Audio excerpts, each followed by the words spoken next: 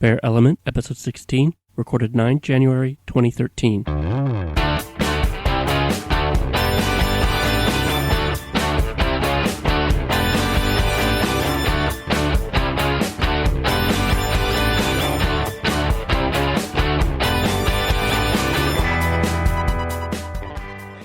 Welcome to episode 16. Happy New Year, everybody. Happy New Year, everybody. Happy New Year. Woohoo. Clay is out sick today, and he decided not to get us sick, and we have Tony. Great to be back. I'm the substitute teacher today.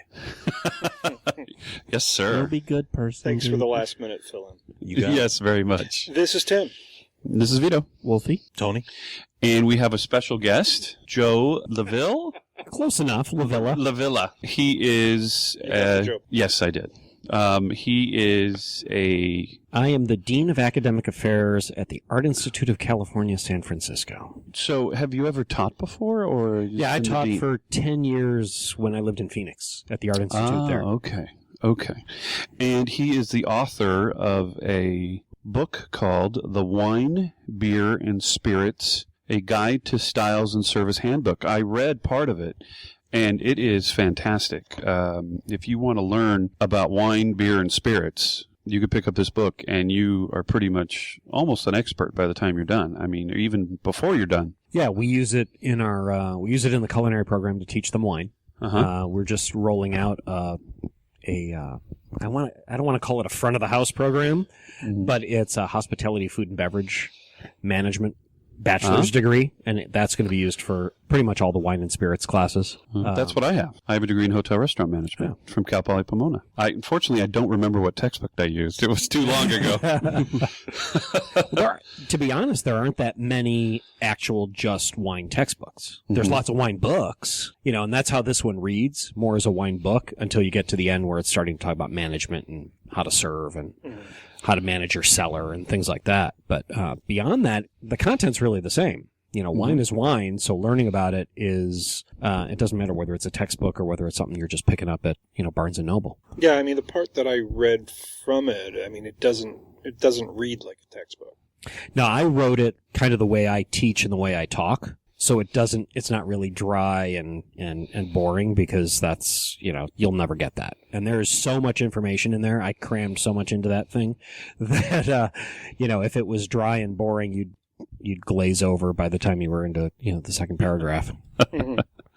No, what I read, I enjoyed it, and I went, wow, this is it's easy to read and to understand, and if I didn't know anything after I read it, now I do. I would imagine you had a great time researching this the subject for this book as well. Well, and because wine changes every year, the research is always continuing. There you go. There you go. Job security, in other words. Absolutely. Now, but you're a dean now. Right. So do you actually touch students? Well, yeah, but I don't get into the classroom anymore. Well, I don't touch them. Then I wouldn't be a dean for very much longer. I smell a lawsuit right here. Oh, okay. Yeah, you know what I mean. I know what you mean. There's administrators and teachers and students, right? Yeah. I'm not in the classroom every day, but I'm interacting with students every day. Oh, okay. So, that's one reason why I moved up from being an instructor to eventually running the culinary program when it was in Phoenix, and then becoming a dean out here, was because I wanted to affect more and more students. So the way to do that is to move higher up. You're a little distanced, but now we've got almost 1,400 students at the school, as opposed to the 20 that are in my class. You said how many of the schools are actually using the book as a text? So the art institutes are spread out around the country. There's 50 schools, and I would say about 45 to 48 of them have culinary programs. And each of those, depending on how big the school is, there's probably a total across the country of 9,000 students, 10,000 just using that book. If I remember correctly, dean is right? You're the highest guy. We have a president. You have a president? So if I want to go one more up, I'm okay at dean right now. But of the program? Yeah, pretty much. I am in charge of all academics. Wow, very impressive. So good for you. Yeah, it's fun. I hope it's fun. You have a full day? Oh, yeah. Well, we just started classes a couple days ago.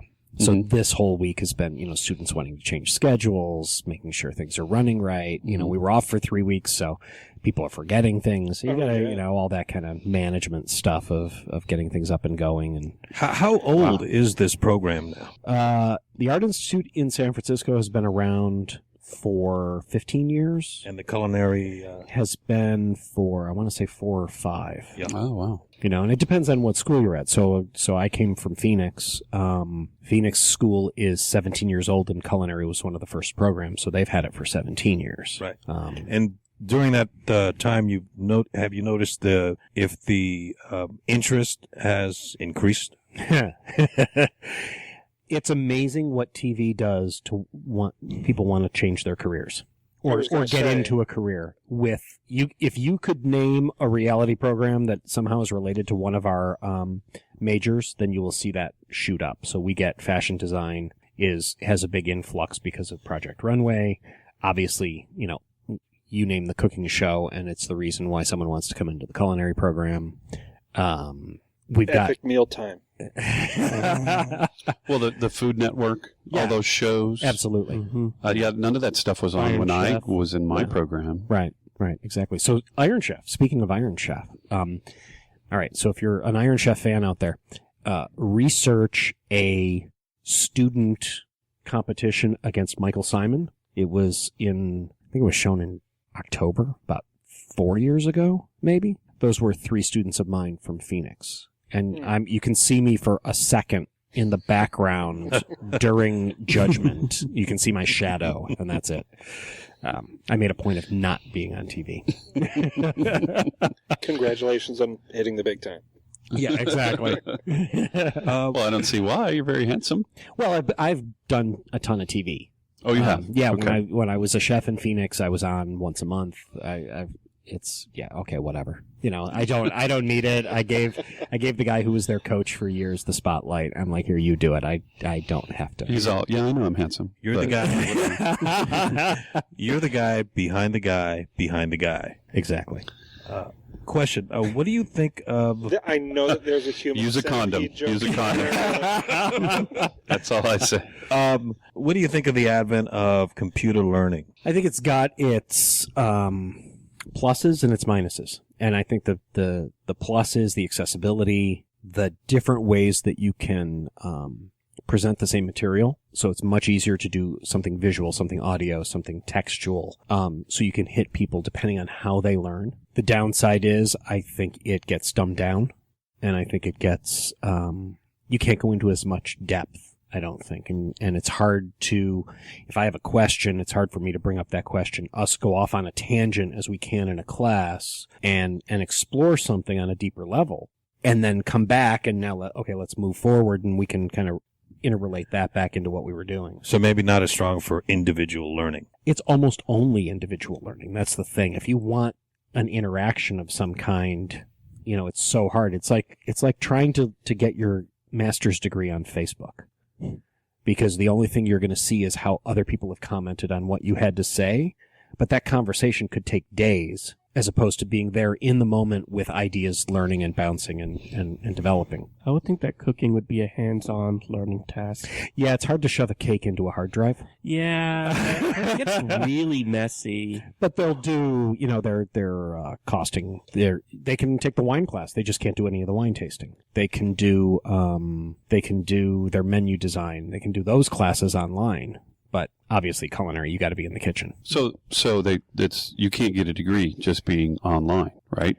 No, not for some programs. Actually, some of our programs you can, but you have to do it through a different one of our branches. But it's not necessarily that something like graphic design you can, because you can draw, you can then scan your work in or do your Photoshop and then send it in. So that's okay. But if you're a fashion designer, if you're even audio, film, those guys, it's much more difficult because you need to work as a team. And it's so hands-on. Exactly. Well, yeah, I went to a polytechnic, so my perspective is it's all hands-on. It's all about being hands-on. Right. Real life. Right. Well, I tell them the story of, normal education has always been sit in your chair. I'm going to talk at you. You're going to write notes. You're going to answer my test, and then I'm going to know whether you learned it or not. And I equate us to being, okay, that's great. But, so one of my chef jobs as I was moving up the ranks was to work for Wolfgang Puck at Spago in Vegas. For 9 months, I was on pantry making appetizers. And one of them was sushi. Never eaten sushi before in my life. Said, there's no way in hell I'm putting raw fish in my mouth. This isn't going to happen. 9 months. And everybody else on the line, my boss, all the other cooks, the prep cooks, you got to try it. You got to try it. You got to try it. You got to try it. No, I'm not going to try it. That's nasty. I'm not going to try it. Well, one night I finally said, the hell with it. I'm going to try it. Right? Okay. I'm in love with sushi. Right? So that's how I equate it. I'm like, I can tell you all day long about something, but until you experience it, you're not going to learn it. That's a great analogy. I hate sushi. But you learned that on your own, not just assuming. See, that was the hardest thing with some culinary students, is it would be like, they'd cook, they'd bring it up to the chef to be, judged, as it were. And the first thing we ask, did you taste it? And half the time they'd say no.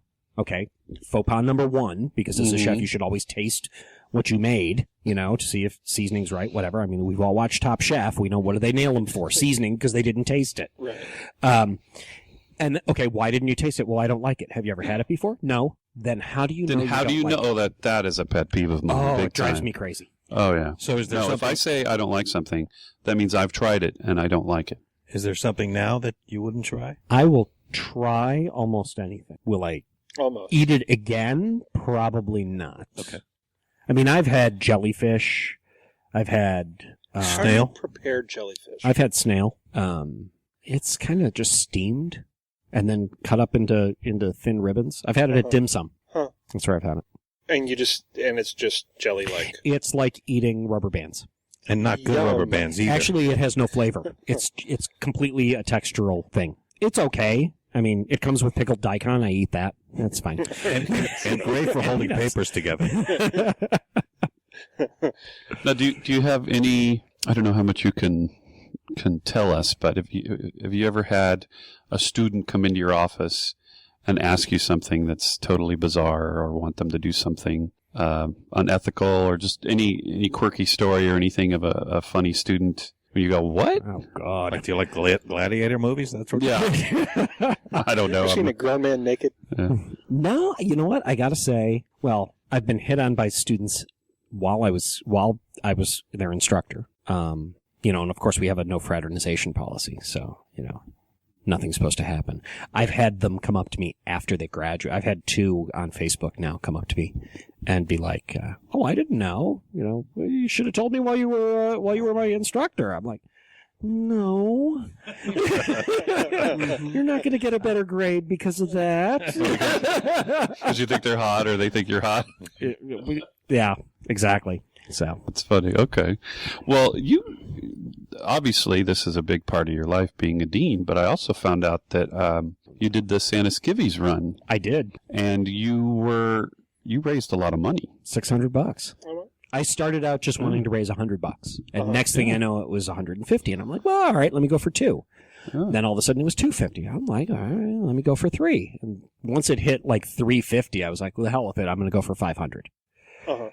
And then it got up to 6. I was like, awesome. That was So great. is this all the day of just getting... The last Tried to take the 150 clothes off, was or- in 3 days. Or no, actually like last 2 days, right before.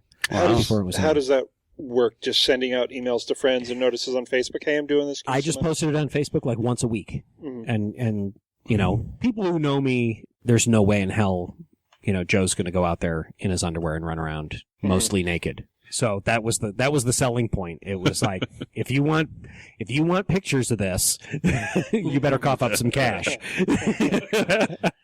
Well, that's great. I think that's wonderful. So Absolutely. in the spirit of your book, did you need to get liquored up first, or you just...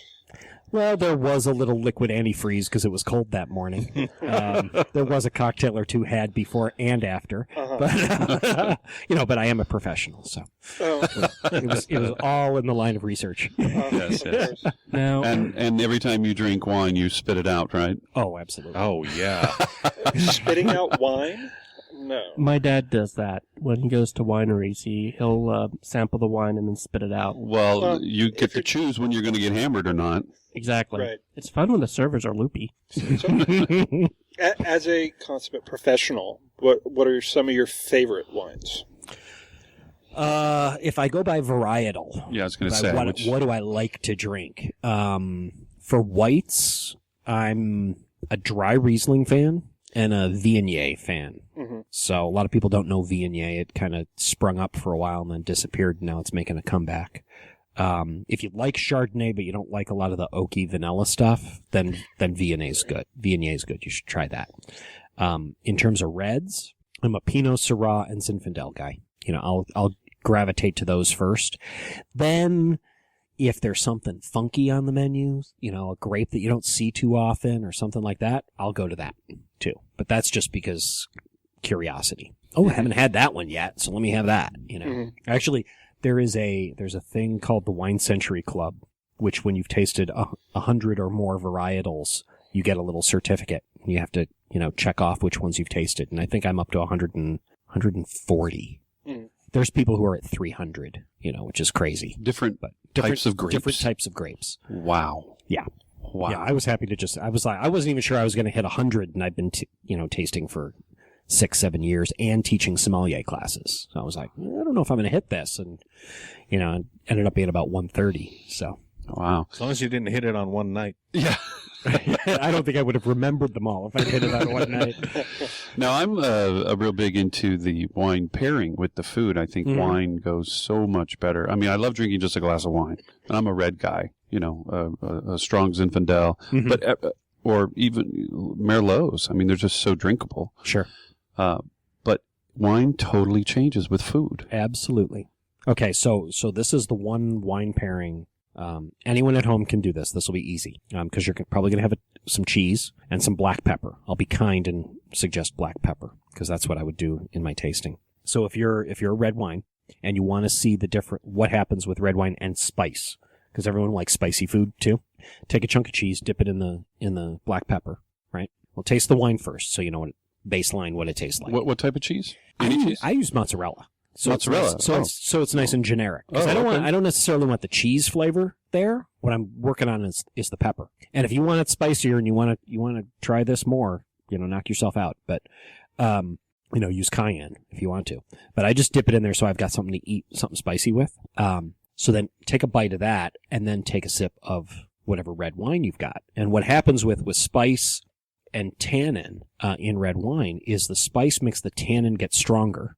And the tannin makes the spice get hotter. So both of them will suddenly shoot up. And while it may have been a nice smooth Merlot to start, suddenly it's this big chewy red because you had something spicy with it. But then all of a sudden the spice is going to kick in. And why I start with black pepper is that it starts to feel like cayenne if you have something that's tannic enough. Mm. And then the tannins also give some people a headache, right? Yes. So there's a couple things. Some people get headaches or get really flushed red.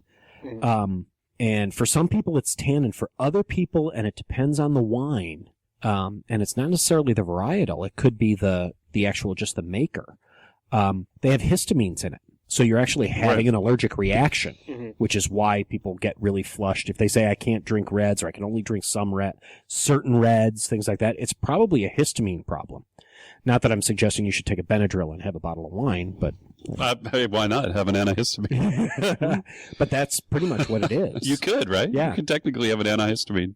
Yeah, if you could stay awake for Not it. Benadryl. With Sudafed, you could take a little Sudafed. Yeah, you could do that. And then you wouldn't have the reaction. Right, exactly. Yeah. Let's go drinking, boys. What do you absolutely not like? 1980s Chardonnays. Yeah, those ones where you don't taste the grape, all you taste is the barrel. And there's not too many people make them anymore. There's still a couple out there. But that's... You mean where they're like all oak and all butter? Exactly. Yeah. Exactly. That never... I'm not a big cab fan either. Yeah. I mean, I'll drink it. I can pick it out in a tasting. I can appreciate its nuances and its... But you don't go after it. But if I've given the choice, I'm not going to go straight to a cab to pick. So, but that's me. A lot of people pick wine not because of what they like. It's because what they think people think they should like. Mm-hmm. Well, I'm with you. I like a nice dry Riesling myself. Yeah. So. people will pick. Two things to remember. One is that price does not necessarily mean it's good. Right. And that gets through a lot. That a lot of people can't get past that. If it's more expensive, they think it's got to be better. Well, so there was a survey out there, right? And they did champagnes. So it was all sorts of champagnes, sparkling wines, whatever. Blind tasted with a group of just people. I don't want to say people off the street, but a blend of folks out there. Random sampling. Right. And they had cooks, they had Corbels, they had, maybe Mumm, Chandon, and then they had, Dom Perignon. And everybody in the panel, when they tasted it blind, said they hated the Dom Perignon. They liked like this $15 bottle that was like a Chandon. Right. Yeah. As soon as they revealed what it was, and they asked people what they wanted another glass of, they all pointed at the Dom Perignon. Of course. And that's the human nature, is that so much of wine is about the label, the brand, the mystique. And it's funny walking into a restaurant and looking and seeing which way the wine label is facing from the table. So if the people at the table enjoy the wine and they don't care, the label should be facing them. But 9 times out of 10, the label's facing the table next to them so that they can see what they're drinking. Yeah, and the people at the table are the one who turn it, because the server will put it so that the table can see the label, and whoever the host is will probably turn the bottle so that other people can see what they're drinking. Yeah, it's. Are we in Hollywood? Are we in L.A.? What's going on? I think it's great. We're spoiled here in California. We've got so many great choices. You can walk into a Safeway, and really, you can get a $9, $10 really good bottle of wine.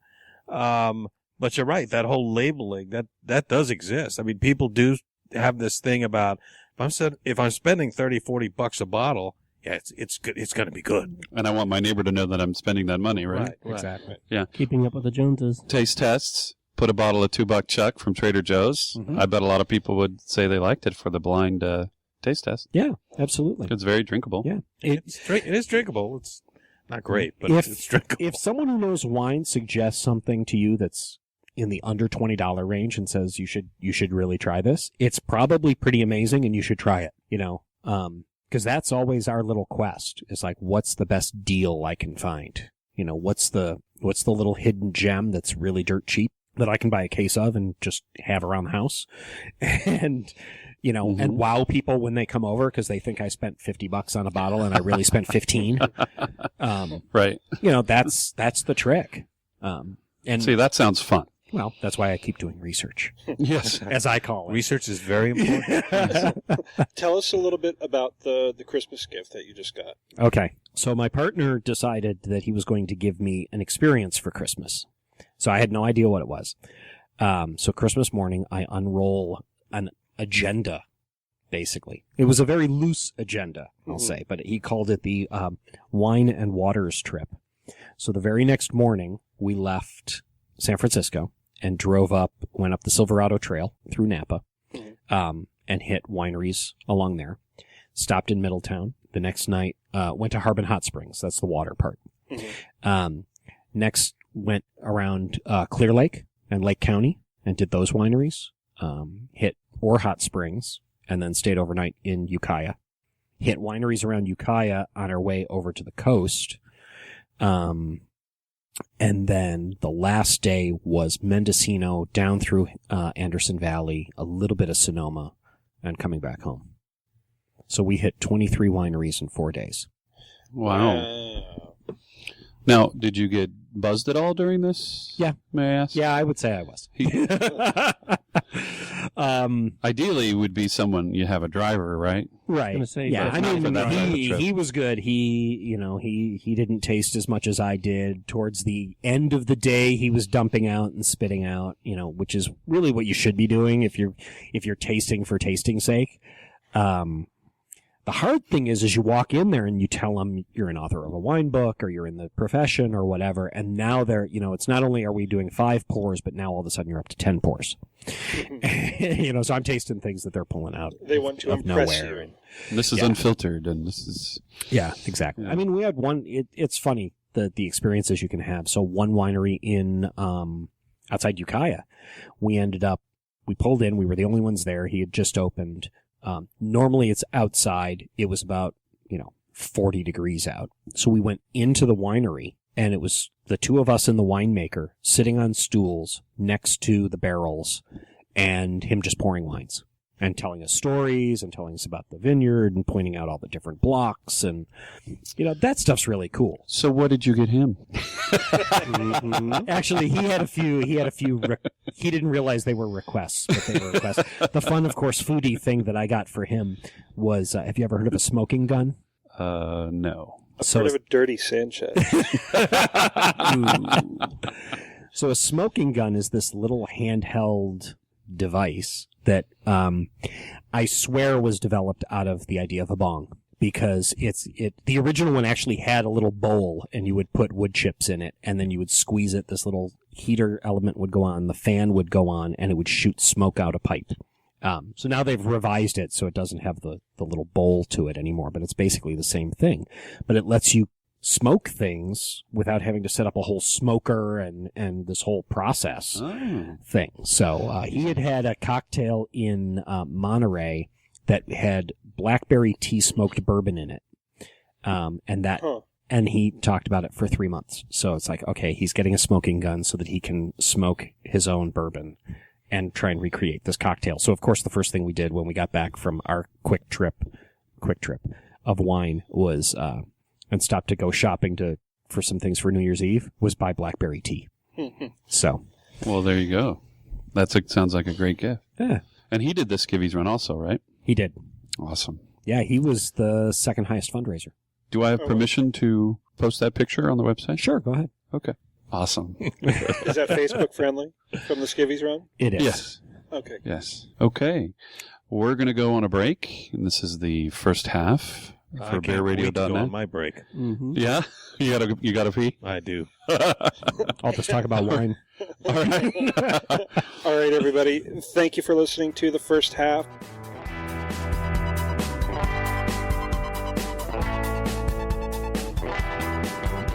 And this is Tim. And this is Vito. Tony here. Wolfie. And Joe. Yay. Welcome back to the second half of episode 16 of the Bear Element Podcast. Joe, just your full name again, just because you're a guest with us. And So, Joe LaVilla. in case our listeners missed the first half. Getting into the new year, I mean, there's a lot of stuff that goes on. You see a bunch of lists on the internet. And, one of the more ubiquitous ones seems to be an overused words list. Feel better, Clay. He came down with the gay, and so Tony's filling in, last minute fill in. So people that have been listening to the podcast for a long time are, Tony's been around filling in for me in the past. So Yeah, I only have back spasms, so I can actually talk. You just can't lift anything, right? No. Okay. So the topic was overused words from 2012. yeah, but it's more of like a personal thing for the for us. Okay. Yes. So every time I turn around, last year, I guess, spoiler alert, spoiler darling, whatever. It makes sense if you're a Doctor Who fan, but you're dealing with time travel. But now it's like, you can't even watch like an episode of Amazing Race and have your Facebook on at the same time because it's going to get ruined because they're going to give you, because of the time difference, someone's going to ruin it for you. It applies to everything. Like Miss America is this Saturday, right? We'll probably know the winner way before. So you suggesting we all live in the same time zone? What I'm suggesting is we all watch Miss America. What I'm saying is I want a discussion of should we be doing spoiler alerts at all? Well, and was it overused? In the age of, TiVo and Netflix and on demand and everything, if you're worrying that much about spoiler alerts, I mean, you can get people still bitching at you about something that came on TV and spoiling it for them when it's like 2 weeks later just because they haven't managed to watch it on their TV. Just because they haven't seen it yet, it's a spoiler for them, right? Some people actually like to be spoiled. Mm-hmm. I'm not sure that has anything to do with TV. About, I don't think we're talking about the same sugar thing. daddies and stuff like that, or what are we? I'm sure that came out wrong. Care to elaborate or clarify, Tony? Absolutely not. All right. Well, Absolutely not. Wow, that was epic. That great voice. Well, there's one I hate. I mean, back in the day, Epic was one of those things you'd get in the movie trailer where they were describing the horrible new movie, some sort of a disaster flick. And they say, "You will now see this epic disaster in CinemaScope." Well, and nowadays, Lawrence of Arabia was an epic. Oh, true enough. That was an epic. But now you got a 25-year-old in social networking telling you, "I think it's epic that you live in San Francisco." What is that? Really? Dude, that's totally epic, yeah, man. that's a little I think dumb. it's epic. My coworkers say I have a rather epic beard. I Well, think you it do is that. quite epic. I mean, in this day and age, I think the only use I find for that I think is appropriate, or at least I'll let them get away with, is that YouTube series Epic Mealtime. You know, if you've ever seen it, it's appropriate, but give it a rest. Well said. I think it was overused, for sure. What about you, Wolfie? The one that I remember from the past decade is Ever, as in 2001 we elected the worst president ever. Oh, so not Eva. Ever. Well, that's only if I've been watching a lot of Doctor Who. Eva. So, ever. Ever. Like, oh my god, ever. Ever. All right. Like Tilly Valgal. All right. What about yourself, Joe? So mine isn't necessarily a word. It's what my students tend to do to words, which is refuse to finish them. Uh-huh. Like, that's so totes adorbs. Like, really? You can't finish the last syllable. That means So much total, fun. right? It's Totally adorable, but no, it's totes adorbs. Totes adorbs. Does that come out of texting? I have no idea. I've only really seen and heard it a lot in the last, 6 months. Well, the first time I heard totes was probably 2004, maybe. Wow. So that's been around for a while, but I think it's a lot of internet and texting and just The whole people abbreviating being, thing? People being Yeah. lazy speak. Instead of Y-O-U-R, it's the letter U, the letter R.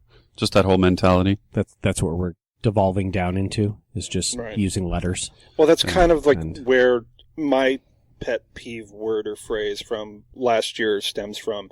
Froyo, which is for people that have never heard it. It's frozen yogurt, shortened Froyo. Like, oh my god, we're totally going to go get Froyo. I know. Sounds like it's- an appetizer or something. It wasn't necessarily overused. I didn't hear it a lot, but whenever I heard it, it just drove me up the fucking I wall. thought it had something to do with the Lord of the Rings. I was going to say, it sounds like the Hobbit story that hasn't been told. The inner city Lord of the Rings. That was a great segue. Too bad we're not talking about the Hobbit for this one. My So- precious. My precious. So I saw The Hobbit. I guess we're talking about the Hobbit. Why not? Okay. There you go. It was long. It was. It was And that's long. only one of 3. Correct. Well, Right. the thing is, too, that's how long is the book? It's a fairly short It's book. a short book. I remember reading it maybe in 2 sittings. Yeah, it's a short book, and to be dragged across probably what would be a total of about 9 hours. Part of what they're doing is that they're including the contents of another book called The Silmarillion, also written by J.R.R. Tolkien. Uh-huh. Mm-hmm. Wow. I didn't know that. Thank you. Oh, thank you. Thanks for that. And I actually read that in about 3 sittings. I would have read it in 2, but I was sitting on my keys.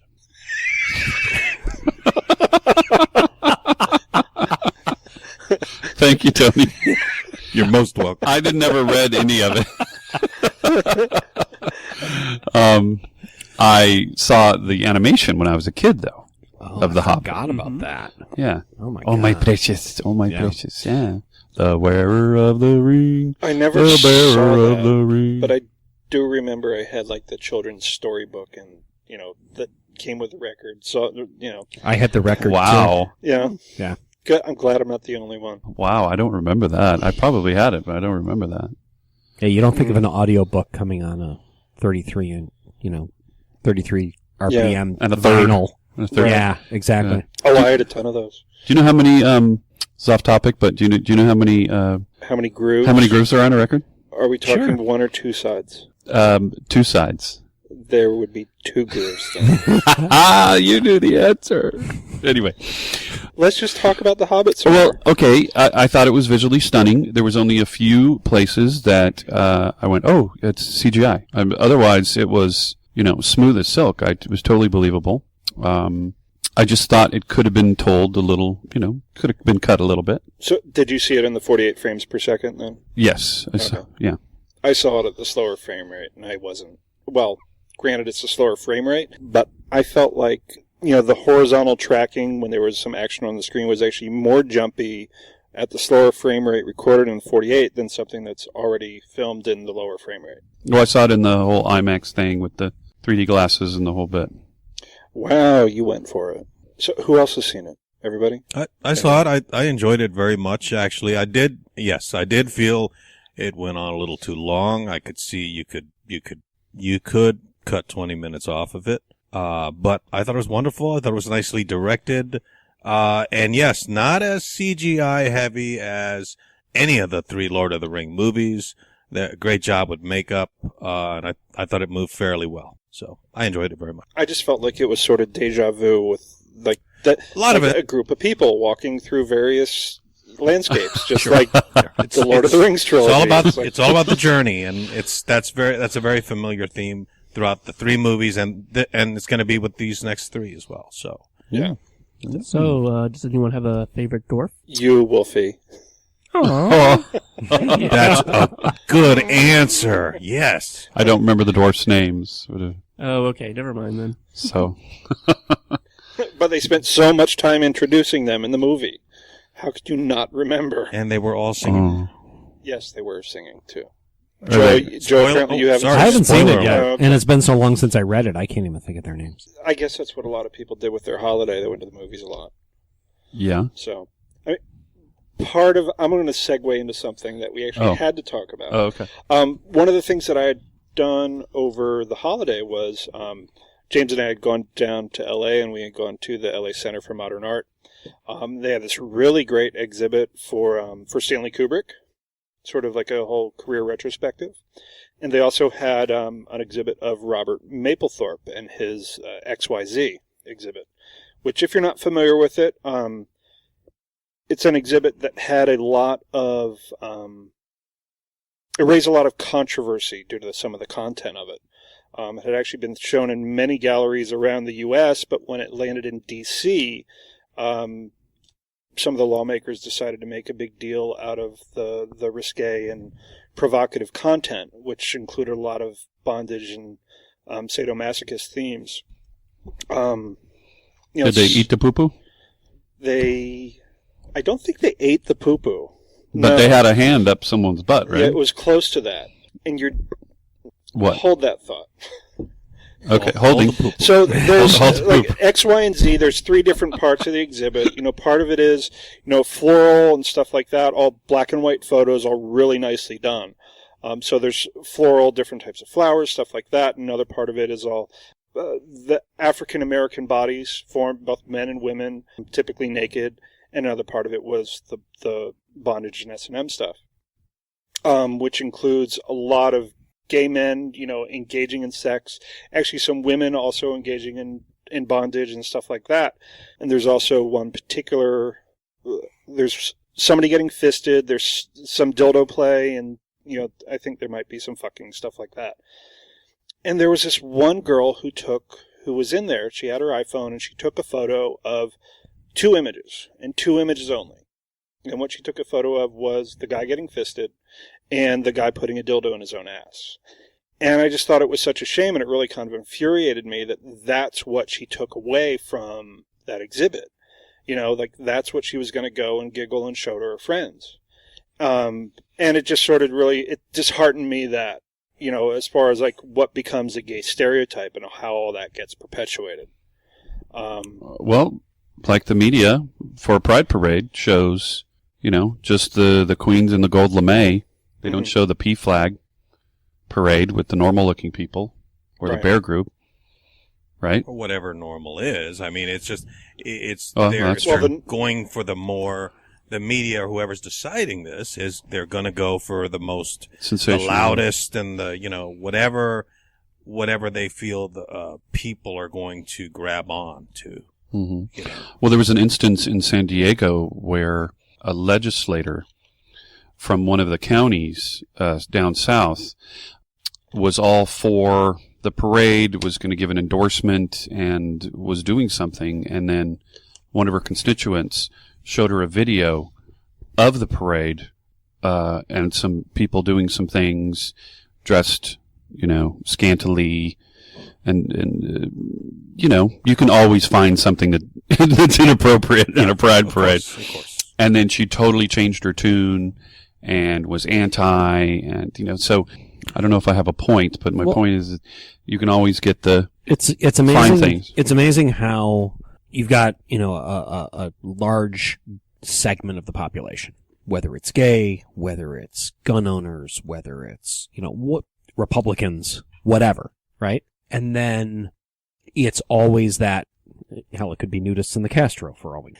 Then you get 2 or 3 who become the provocative, or who happen to, maybe be the ones who are raising an issue.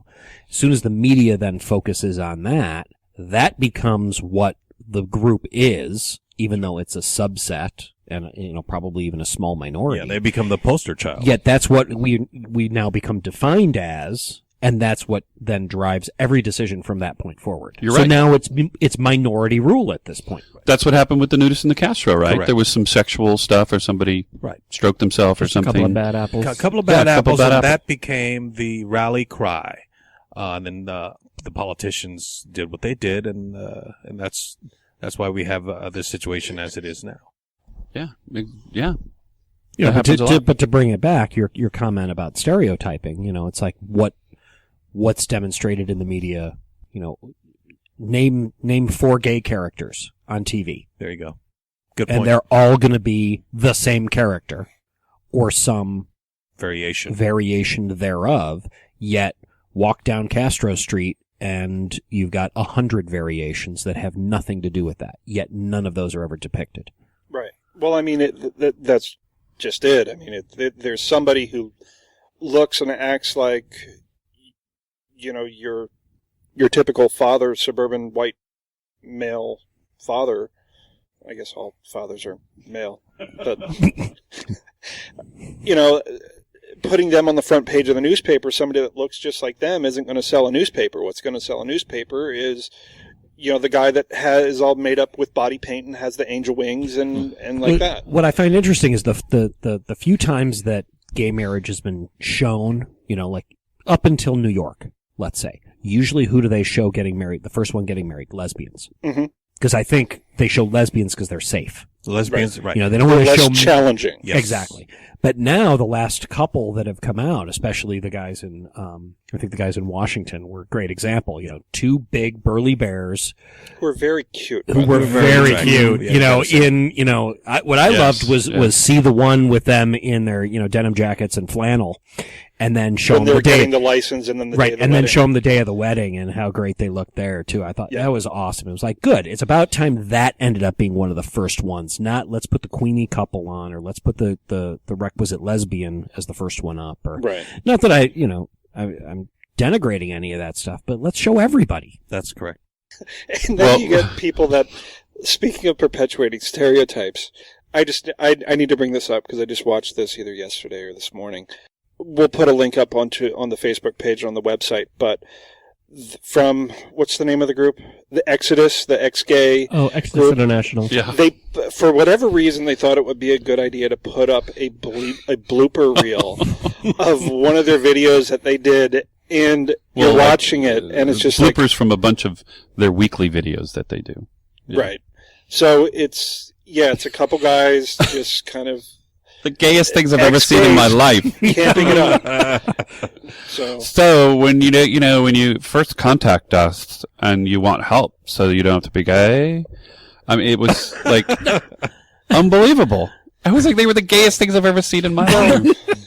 And Just my wife because said, one is particularly effeminate doesn't necessarily mean they're gay. Well, But So basically, they were acting like Lumpy Space Princess. Seriously. like the Saturday Night Live sketch, was it Joe the effeminate heterosexual or something like that? I want to know how That's come so there gross. isn't a less effeminate male in those videos. Is it only the Queenie guys that are out there going to the ex-gay therapy? No, Apparently. you did. You went to the ex-gay therapy. Kind of. I did sessions with Dr. Nicolosi. Did you used to be more effeminate? Did he come on to Bitch. I'll cut you. I'm going to cut you. Did he say you were cute? No. Just say It was male reparative therapy for male homosexuals. And He got better. He's better now. You look great now, Vito. thanks. Sure. Thanks. I've been repaired. We love you, Vito. This is when I was in my early 20s, like 21, 22. But then I didn't come out till I was 30. So anyway, just one point is that I don't know. Well, maybe they do know that when these stereotypes do happen, they do have a profound impact on the straight population and how they view us. Mm-hmm. The things that comes out of my mother's and my father's mouth about gay people, it's like, where did you get this from? This doesn't make any sense. This morning when I wished her a happy birthday, she said something. I don't remember, I can't quote, but it was just like, I thought gays Where didn't did you- celebrate birthdays. no, it was something about being effeminate and my partner, and I was like, what are you talking about? Where did you get this from? You know, so I don't know where they get this. She still has the old handbook. Apparently so. Anyway. Joe, you need to write them a new handbook. I only deal with wine. Oh, You know what? So don't be afraid to come out to your parents because they're just going to be weird anyway, no matter what. Good message there. Now that's a stereotype. Yeah. Damn straight people. When I came out to my roommate in college, one of the first things he asked me was, "So are you going to change your wardrobe?" Like, no. That's a perfect example of what is inside of people's heads. Seriously. That it makes it silly. change your wardrobe. I don't know. I forget what he said. Not but enough gold lame. What were you Yeah. wearing Yeah. back then? Yeah. I think that's the same thing I'm wearing Oh, now. Jeans, got it. t-shirt, sweatshirt.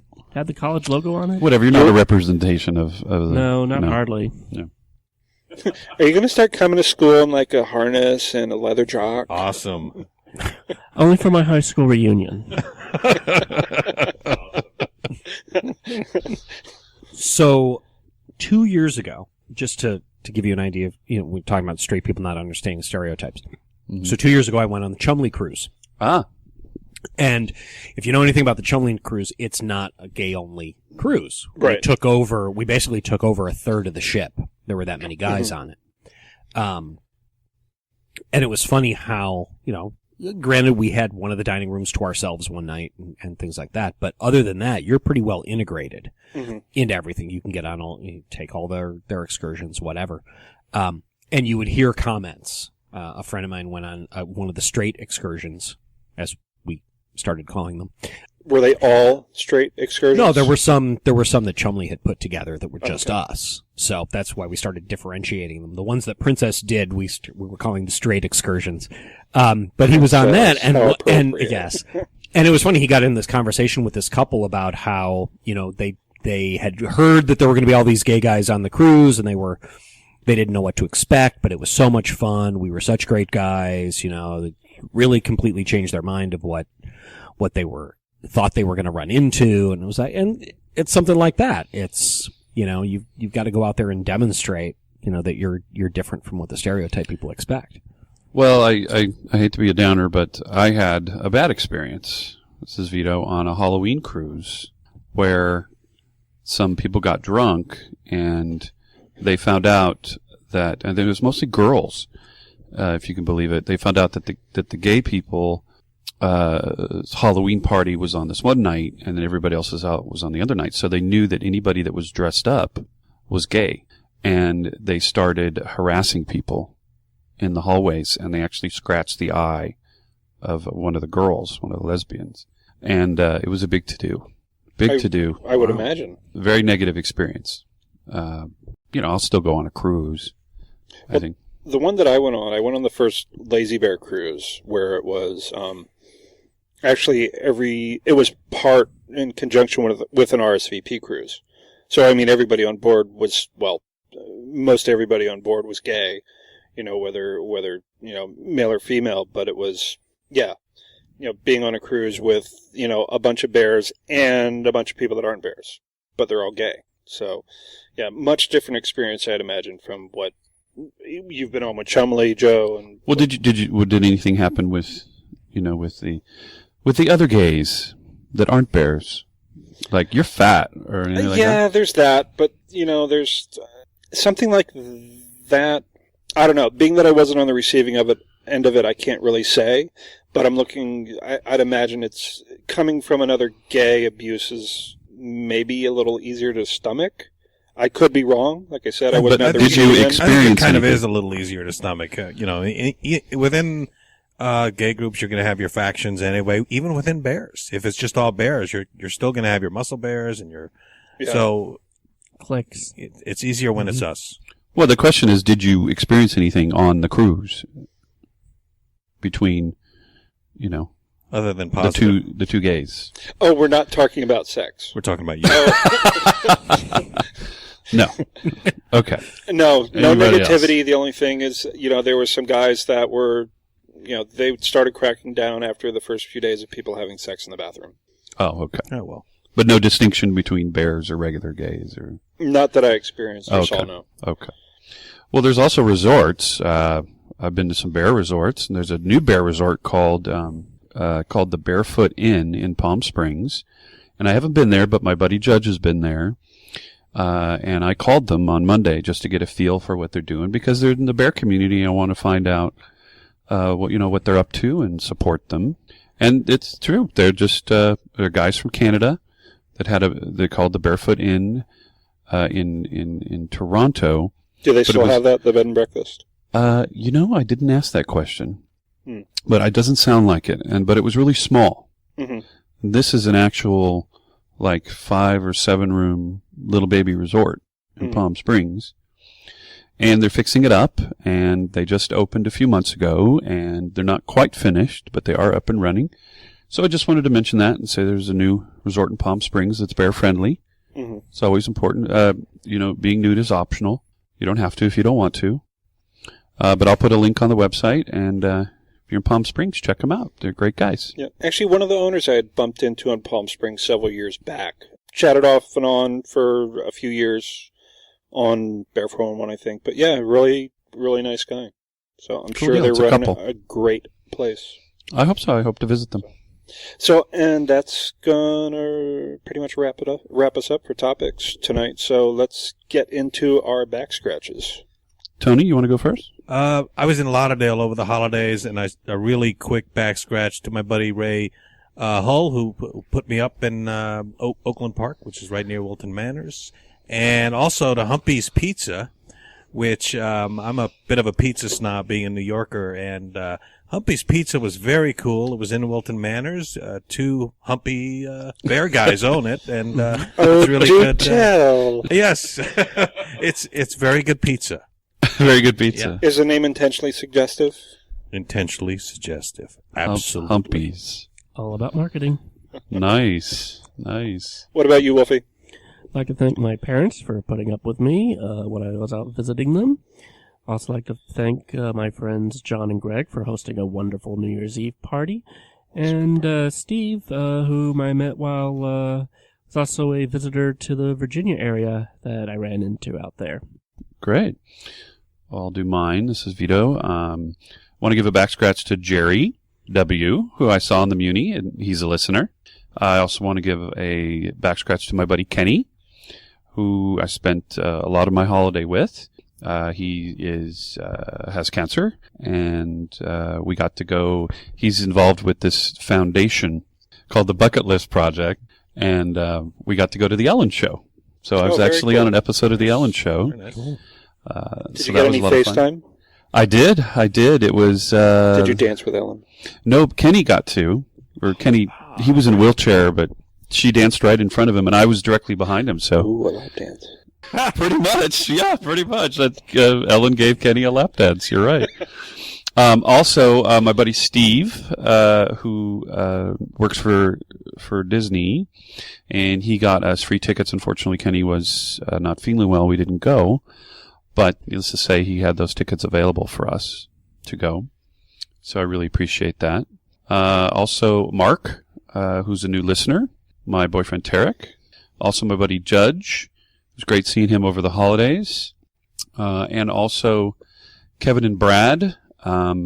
It was just a blast from the past going down to Southern California.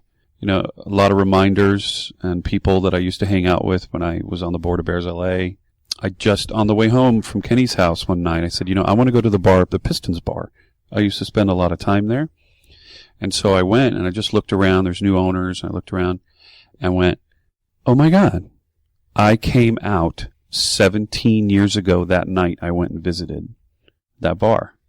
I was like, Saturday night before Christmas. That's when I came out 17 years ago. So anyway, that was a big deal for me.